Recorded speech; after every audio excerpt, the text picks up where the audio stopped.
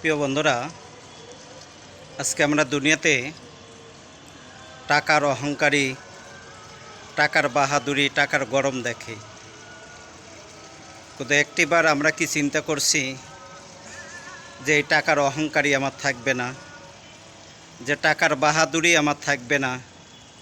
বলে একদিন তো আমার রবের দরবারে আমাকে চলে যেতে হবে, বলে একদিন তো আল্লাহর কাছে আমাকে চলে যেতে হবে।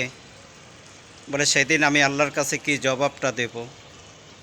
বলে আল্লাহ তাআলা সেদিন যদি আমাকে জিজ্ঞাসা করে, আপনাকে আমাকে, যে শহীদুল ইসলাম, দুনিয়াতে তুমি টাকার বাহাদুরি দেখাইছো, যে টাকার গরম দেখাইছো, টাকার অনেক কিছু দেখাইছো, যে তুমি আজকে উত্তর দাও যে আজকে তোমার টাকার বাহাদুরি কোথায়, বাড়ির বাহাদুরি কোথায়, গাড়ির বাহাদুরি কোথায়? বলে সেই দিন উত্তর দেওয়ার মতো আমাদের কোনো ক্ষমতা থাকবে না।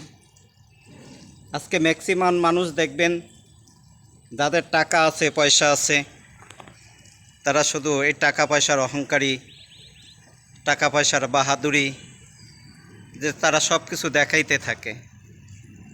আমি মনে করি যে তাদের কিছুই নেই।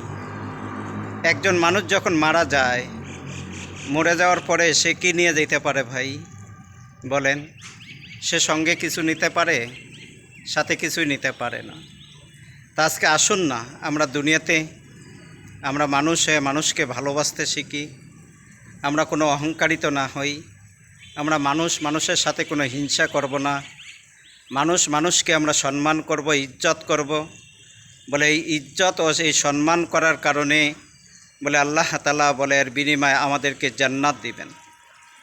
আর যদি নাকি যে আমরা হিংসা অহংকার করেই গেলাম, কিন্তু দুনিয়াতে সব কিছু আপনি রেখে চলে যাবেন, কিছুই আপনার সাথে যাবে না, সেদিন মহান আল্লাহ পাকের আদালতে আপনাকে কঠিন জবাব দিতে হবে, কঠিন হিসাব আপনাকে আমাকে দিতে হবে।